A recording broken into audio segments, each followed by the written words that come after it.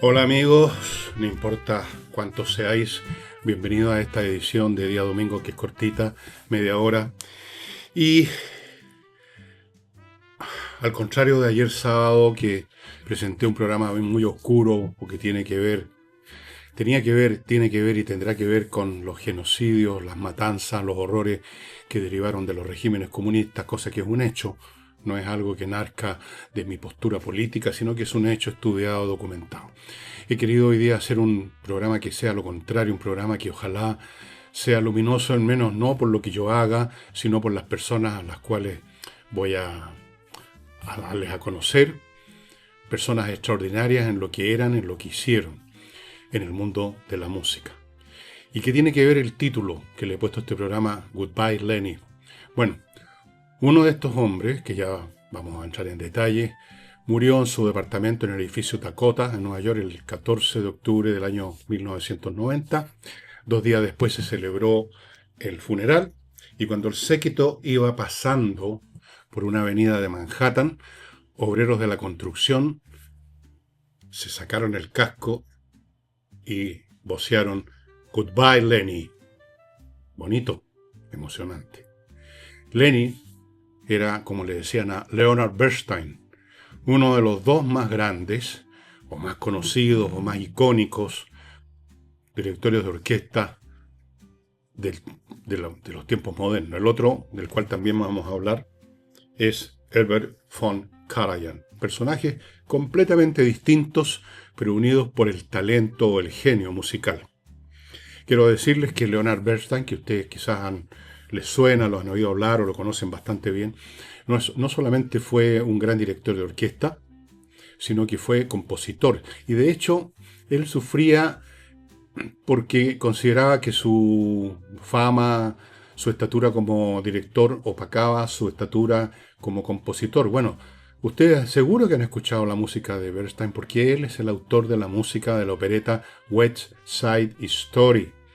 Seguro que usted, si es un poco mayor de la edad mía o un poco más joven, vio la película West Side Story con la música de él.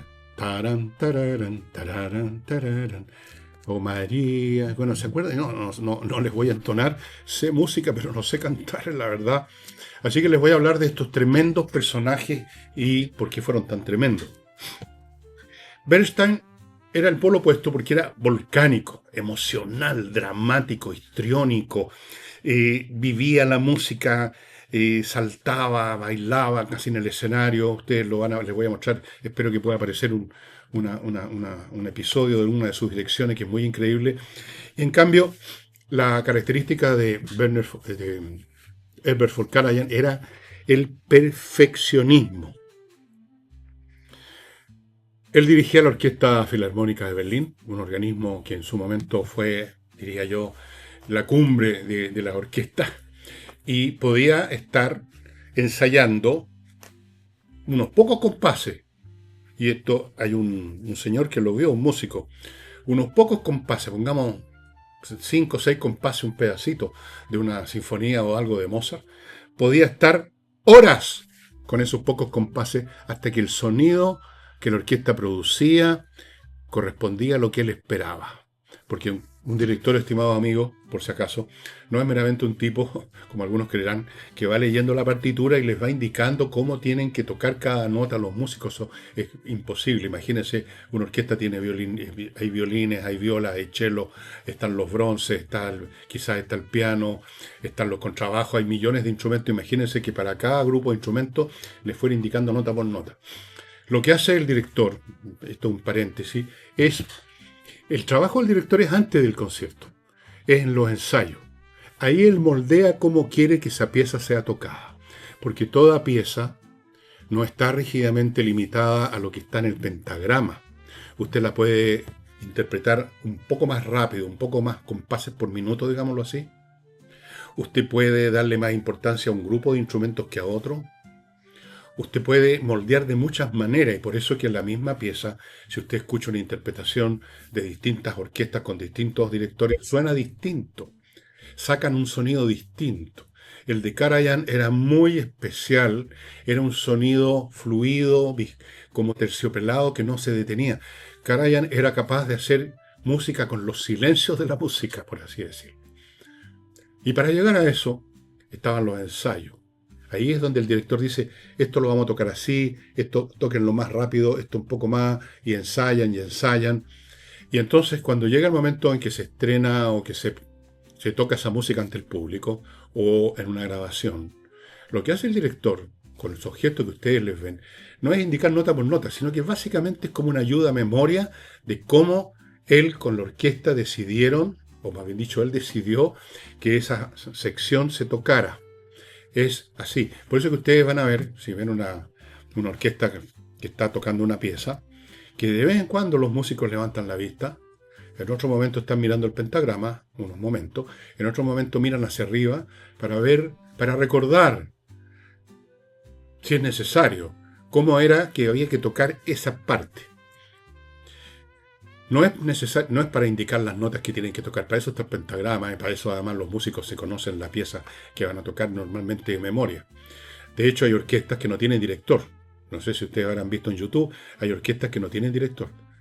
Hay uno que indica cuando empiezan, que es normalmente el primer violinista, y hace un gesto, y luego se acabó, no hay nadie que esté diciendo nada. Ellos ya ensayaron por su cuenta, tienen el pentagrama, saben perfectamente lo que quieren lograr, etc.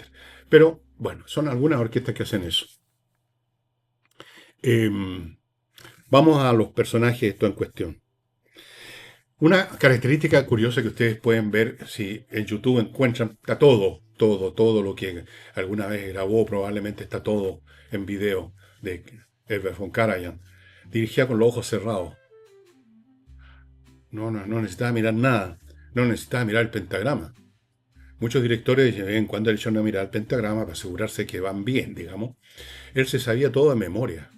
Bueno, en general los músicos hacen eso, pero este hombre lo tenía todo en mente. Dirigía con los ojos completamente cerrados porque decía que así escuchaba mejor el equilibrio de la orquesta. Y así que los músicos hacían bromas. Decían, este hombre no nos está dirigiendo a nosotros, está dirigiendo la música que escucha en su cabeza. Bueno, obviamente que la música se escucha en la cabeza. Era un perfeccionista. Y tenía una actitud, una relación con los músicos un poco distante, lejana. Se cuidaba así que las sumas que se pagaban por las grabaciones, que eran elevadas, los músicos recibieran un buen tuco, digamos. No era apretado.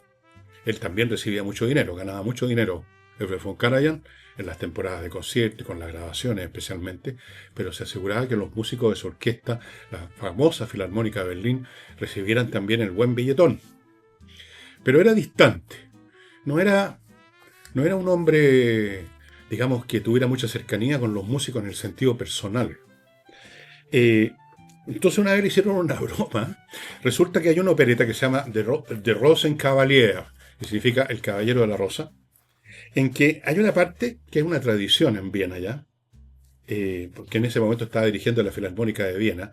Los directores pasan a veces de una orquesta a otra, los contratan por un tiempo, y bueno, estaba dirigiendo la Orquesta Filarmónica de Viena, Rosenkavalier, y hay un segmento de esa opereta que es tradición en Viena, donde hay muchas tradiciones musicales, en que los músicos tararean, van tocando y están tarareando todo esto. Y entonces decidieron hacerle una broma a Herbert von Karajan, y no tararearon, tocaron. Entonces se sorprendió Karajan y les dijo, señores, no me hagan esto, que me están asustando. Eso fue quizás la única instancia en que se dirigió personalmente a los ojos. Así que no deben asustarme así, señores, se los dijo. Es una de las anécdotas que quedan en Viena sobre este gran Herbert von Karajan. Karajan además le gustaban muchas cosas, así era un hombre exquisito, le gustaban los autos caros, de carrera, rápido, le gustaba volar, entiendo que volaba, y le gustaba mucho todo lo que tuviera que ver con la tecnología. Cuando grababan, por ejemplo, en el sello, el famoso sello Deutsche Grammophon, el hombre lo controlaba todo. ¿Dónde tenían que estar ubicados los músicos? ¿Dónde tenían que estar ubicados los micrófonos? Si eso se iba a grabar en video, además, ¿dónde tenían que estar las cámaras, las luces? Y era pionero en todas las cosas técnicas. Era un hombre muy interesado en la parte técnica de la grabación. Las grabaciones estereofónicas, que comenzaron más o menos a finales de los 50, cuando apareció el disco compacto, que con qué rapidez se convirtió en algo obsoleto, esa gran maravilla que es el disco compacto. Eh, los sistemas de audio avanzados, estaba siempre metido en esta cuestión, así que lo consideraban también una especie de ingeniero de sonido. Y ese era Herbert von Karajan. Y ahora les voy a contar de este personaje más humano, si ustedes quieren, más teatral, que dicho sea de paso, por información de estado, de usted estaba casado, estuvo casado hasta que murió su señora, con una chilena. ¿Sabían esa? Yes, sir. Una chilena. Doña, por aquí tengo anotado el... ahí está. Felicia Montealegre, que nació en Costa Rica, pero se crió en Chile y pertenecía a una familia chilena muy destacada de los años 40. Bueno, antes de pasar a Lenny, a ese hombre que los obreros de la construcción lo despidieron. Goodbye, Lenny. Permítanme hacerme cargo de mi primer bloque comercial. Oxibiota, este polvito que mezclado con agua se convierte en una colonia de bacterias aeróbicas con las cuales ustedes destruyen de raíz los malos olores, no los tapan, los destruyen. Muy efectivo, nosotros lo usamos en nuestra casa, lo están usando en los restaurantes, en los casinos, en todas partes, en muchas casas también. Y es realmente muy práctico. Usted ya sea que lo vierta el producto una vez que se convirtió en una... O sea, usted agarra esta cosa, donde está este polvito, lo echa en un recipiente con más o menos 1 litro de agua, a la media hora se convirtió en esta colonia de bacterias, y usted vierte el líquido o lo vaporiza en la superficie, por ejemplo, un jardín, santo remedio para los malos olores. Se encuentra en el sitio de ellos, oxibiota.cl. Sigo con el suplemento Vito, esto es para sus mascotas, gatos, perros, cocodrilos, lo que sea. Usted les agrega una cucharadita de este suplemento en el plato con su comida, con el pellet, y sus criaturas van a estar mucho mejor, van a estar en mejor estado de salud, se van a enfermar mucho menos, el pelo brillante, van a estar contentos, van a estar más activos, usted va a estar contento, ellos van a estar contentos, todos contentos, señor contento. Con este producto que usted lo ubica prácticamente en todas las mascoterías, o si no, lo puede ubicar en el sitio de ellos, ahí están los datos. Sigo con Lascar Comunicaciones, una empresa de comunicaciones muy interesante porque entrega un trabajo integral de comunicaciones. No se limita a inventar una frase, qué sé yo, un mono, así como... Yo sé de qué estoy hablando porque trabajé en una empresa de publicidad, en McCann Erickson, hace un montón de años, y crear no sé, una cosa así porque simplemente hacer impacto. Ellos ven cuál es el beneficio real del producto. ¿Cuál es la ventaja? ¿Qué es lo que le hace tilín al público? ¿Cómo lo decimos de manera potente y clara? ¿Por qué medios lo decimos? Luego evaluemos los resultados y vemos si hay que corregir alguna cosa. Ese es el trabajo completo para que usted exista en el mundo con su servicio, con su producto. De lo contrario, usted puede tener la piedra filosofal en sus manos, pero no va a pasar nada si no lo conocen. lascarcomunicaciones.cl. Y termino este bloque con el bufete de abogados Rettig y Greenberg, que se especializan en temas vinculados con la negligencia médica. Si usted o algún familiar suyo en su familia ha sufrido un problema por una negligencia médica, se les murió alguien, o le cortaron la pierna equivocada, cualquier cosa que significa negligencia, porque no se actuó a la altura de la ciencia médica tal como es hoy día, state of art, lo más avanzado al momento, lo que tiene que ejecutar un médico en este caso, un cirujano. Si hubo negligencia, si se hizo la cosa sin llegar al tope de lo que se puede hacer, eso es negligencia. Entonces, usted quiere una compensación, la va a obtener con este bufete de abogados que se especializan en ese tema, Rettig y Greenberg. Ojalá no tenga que recurrir a ello. Ojalá que usted ni nadie de su familia haya sufrido un problema de negligencia médica, pero si es el caso, Rettig y Greenberg. Bueno, ¿cómo se hizo famoso y cómo llegó a ser el gran personaje que fue Lenny, el adiós Lenny? El año 43 él era un asistente, había estudiado música, había estudiado dirección, pero hasta ese momento era un asistente de un conocido director de la Orquesta Filarmónica de Nueva York, que es un gran organismo musical. Y ese año, tenía 25 años, Bernstein, y resulta que se enfermó el director titular, el día mismo en que se estrenaba una obra. Entonces, ¿qué hacían? Estaban las entradas compradas, la creme de la creme del público melómano en Nueva York. No podían, digamos, decir, oye, se enfermó. No. Entonces, el asistente, que lo haga Bernstein. Bernstein, sin ningún ensayo con la orquesta, ese mismo día se hizo cargo. Y además, para todavía más complicaciones, ese concierto era transmitido a escala nacional por la radio.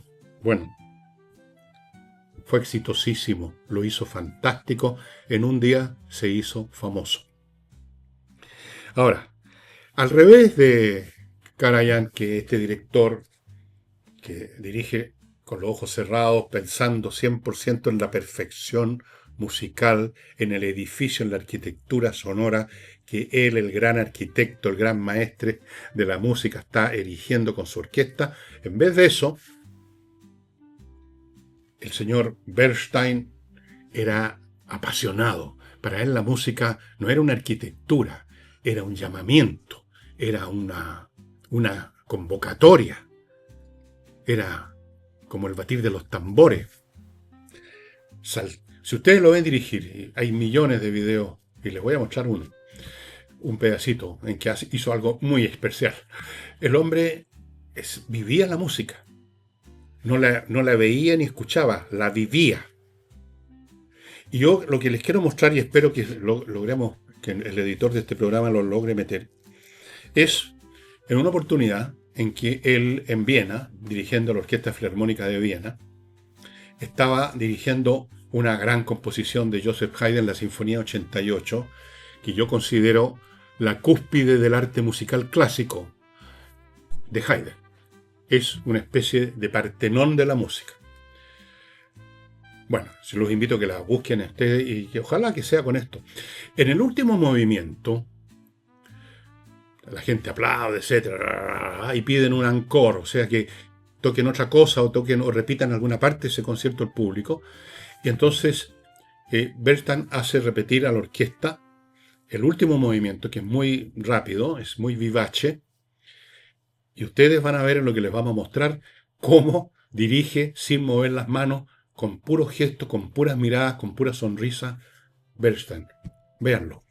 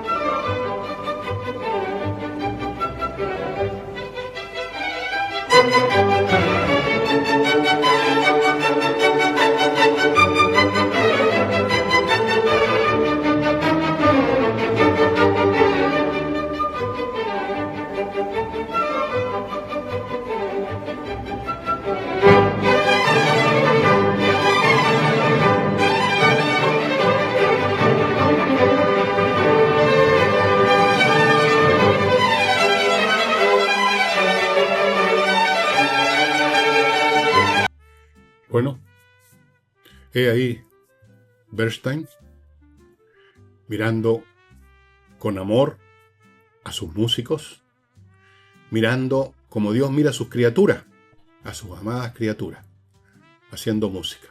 Increíble. Era fantástico este Lenny. Fue además un gran divulgador. Tenía un programa de televisión que se llamaba Young People Concert, conciertos para la gente joven, que ustedes también pueden encontrar en YouTube, porque estas cosas están todo en YouTube, donde en la platea de algún teatro, que puede ser el Carnegie Hall, algún lugar en Nueva York, están congregados estudiantes, colegiales, qué sé yo, y él les explica lo que va a tocar y les explica, les hace sentir lo que va a tocar. Y probablemente algunos de esos obreros de la construcción que sacaron el casco y dijeron Goodbye Lenny, habían ido a esas funciones y habían aprendido algo y se les había abierto esa puerta maravillosa que lleva a la música de verdad.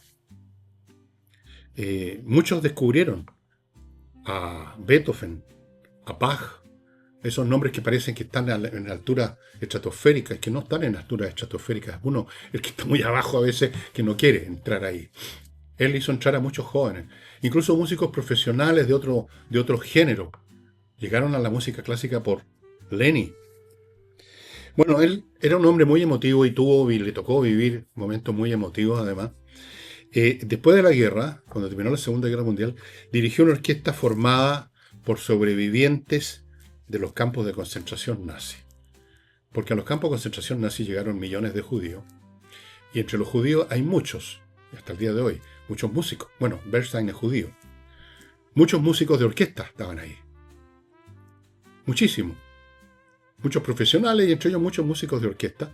Y con esos músicos que habían estado en un campo de concentración armó una orquesta. Y él decía que había sido una de las experiencias más conmovedoras de toda su existencia trabajar con esas personas. Bueno,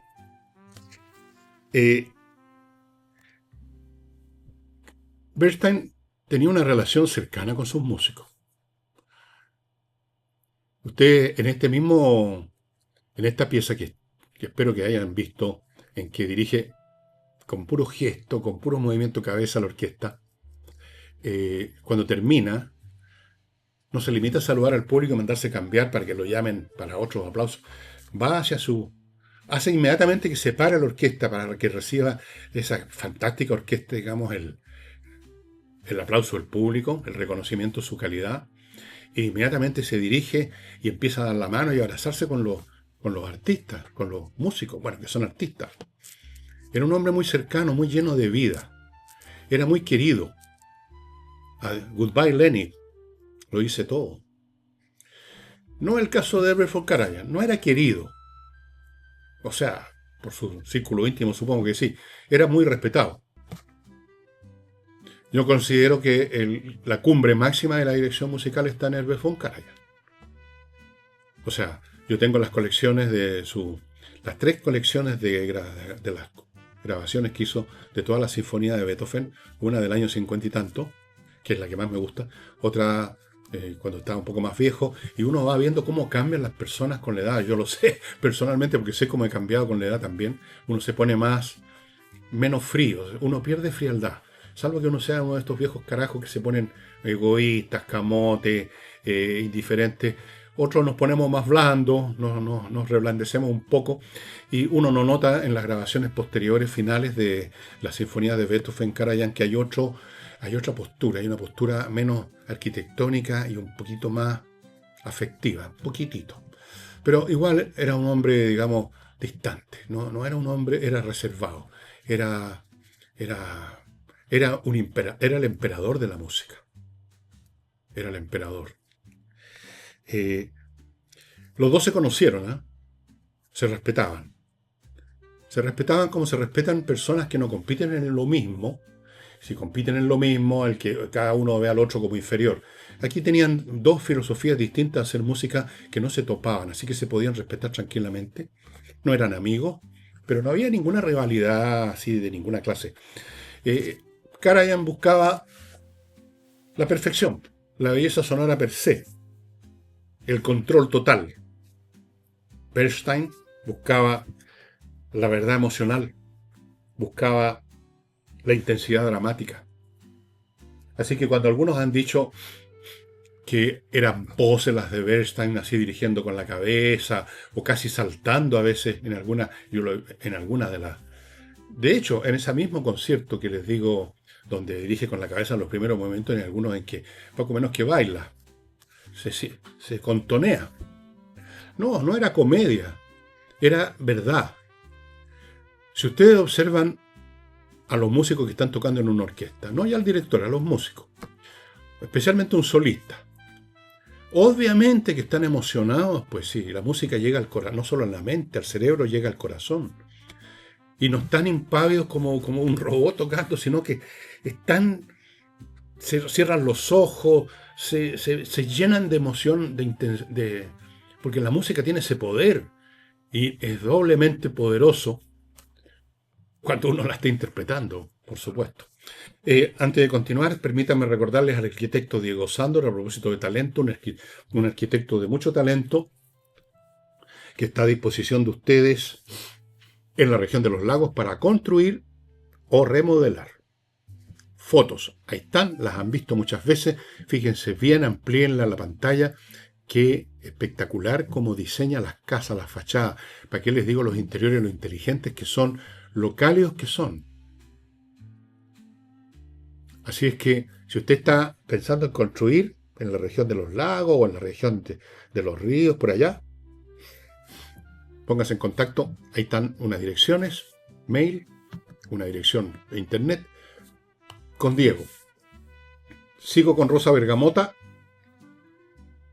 una empresa que produce artículos de tocador con puros productos naturales para no molestar la piel de gente con piel muy sensible, que cualquier cosa que tenga algo químico raro le empieza a uno a picar la cabeza, el cuerpo, la piel, por todos lados.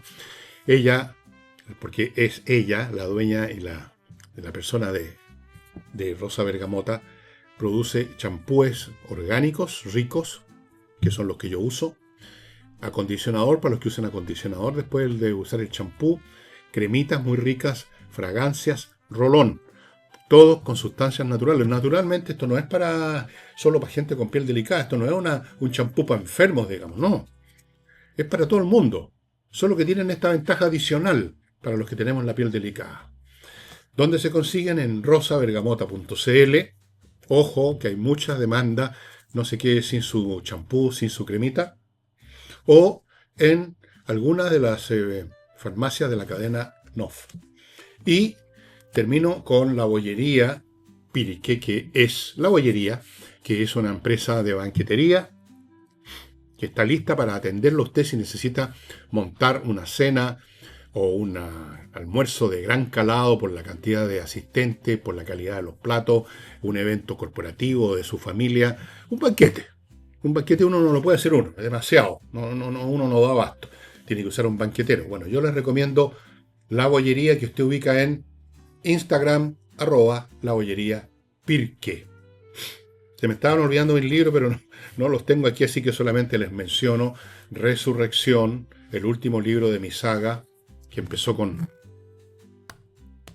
Tsunami hace muchos años, 10 años. Yo no sabía que iba a haber una saga, que después iba a tener que escribir Insurrección, Revolución, Debut y Despedida, pero se convirtió en la práctica. Quedan pocos libros, contados con los dedos de ahora de una mano. Y le estoy recomendando otros libros que tengo ahí de rezago, entre ellos La Torre de Papel. Si a usted le gusta escuchar música de verdad, ahora en YouTube tiene todas las posibilidades del mundo, ¿no es cierto? Usted ya no necesita tener discos a esta altura. La verdad. Yo tengo aquí a mi izquierda, ustedes no la ven en pantalla, una repisa completa del suelo hasta arriba, y esta casa tiene como 4 metros de altura el techo, repleto de CDs de jazz. Y en otra parte de la casa tengo muebles repletos de CDs de música clásica, pero ya no los toco, no los uso, porque en YouTube está todo. Bueno, y a la gente como yo que le gusta la música, a veces hacen el experimento de escuchar la misma pieza por distintas orquestas, por distintos directores. Es lo que suelo hacer los sábados en la tarde. Bueno, si usted escucha una sinfonía de Beethoven, por ejemplo, dirigida por Bernstein, y escucha la misma sinfonía dirigida por Herbert von Karajan, son cosas completamente distintas. La sinfonía dirigida por Karajan parece una estructura de mármol perfecta, la belleza impecable. Si escucha esa misma sinfonía dirigida por Bernstein, es una batalla. Es un movimiento, es una angustia, es el corazón, es el propio Beethoven con la melena desperdigada, así como la mía, pero más, por los bosques de Viena componiendo. Es lucha, es combate, es angustia, es triunfo. En Karajan es perfección. A veces uno quiere escuchar la pura perfección. Ese sonido meloso, sedoso, continuo de Karajan, que la música está hasta cuando en la pentagrama hay un silencio largo de un compás o dos, y él, no sé cómo uno siente la música todavía. Ese es Karajan. Y luego tenemos a Bernstein. Bueno, dirigiendo, dando saltos, sacándole, exprimiéndole el corazón a la música. Hay momentos para eso. Bueno, no quiero ser injusto, hay otros grandes directores de orquesta que también tienen sus estilos propios. Pero estos dos son la expresión máxima de estos dos polos, porque entre estos dos polos hay muchas formas de dirigir. Hay directores que no son, no quiero ser despectivo, pero no son ni una cosa ni otra, ni fu ni fa, y simplemente, básicamente, como que leen el pentagrama, no hacen algo especial. Usted dice, bueno, sí, está bien, esta es la música linda, hermosa, pero como que le falta algo, como que le falta ese toque del director de genio, que le saca. Imagínense como que usted está escuchando un libro, alguien le lee un libro, usted está enfermo y no puede leer, está conventado, le operaron de la vista. Bueno, el mismo libro leído por una persona que diga, no es lo mismo que si alguien lo lee como un actor de radioteatro de los antiguos. Es distinto la experiencia, ¿no es cierto? Bueno, amigos, yo les recomiendo, yo no sé si salió, yo no sé cómo quedan editados el programa, eso no se editan en mi casa. Pero si acaso no salió, y ustedes quieren ver ese momento en que Bernstein dirige simplemente mirando y poniendo cara, es impresionante. Todas las miradas que, bueno, vayan a YouTube y pongan simplemente lo mismo que puse yo. ¿Qué puse yo aquí? Puse Bernstein dirige a Haydn con la Filarmónica de Viena solo mirando. Pero lo pueden poner de otra manera y van a llegar a ese momento en que en el último movimiento que le han pedido de encore el público, él empieza un par de compases, alcanza a hacer con su batuta y luego deja caer los brazos y empieza a hacer así. Bueno, es muy impresionante, es muy conmovedor, es muy querible una persona así, es querible. Bueno, amigos, eso sería todo por hoy. Espero haberlos entretenido, divertido, y ojalá que algunos de ustedes vayan a este sitio, busquen esa sinfonía y escúchenla completa, no solamente porque el primer movimiento como les digo, es el Partenón de la música clásica, la Sinfonía 88 de mi papá, Joseph Haydn. Y si tienen tiempo, escúchenla en otras versiones, escúchenla en la versión de Karajan. Son como dos Haydn distintos. Bueno, eso sería todo, estimados amigos. Muchas gracias por su atención. Ya nos veremos la próxima semana. Chao.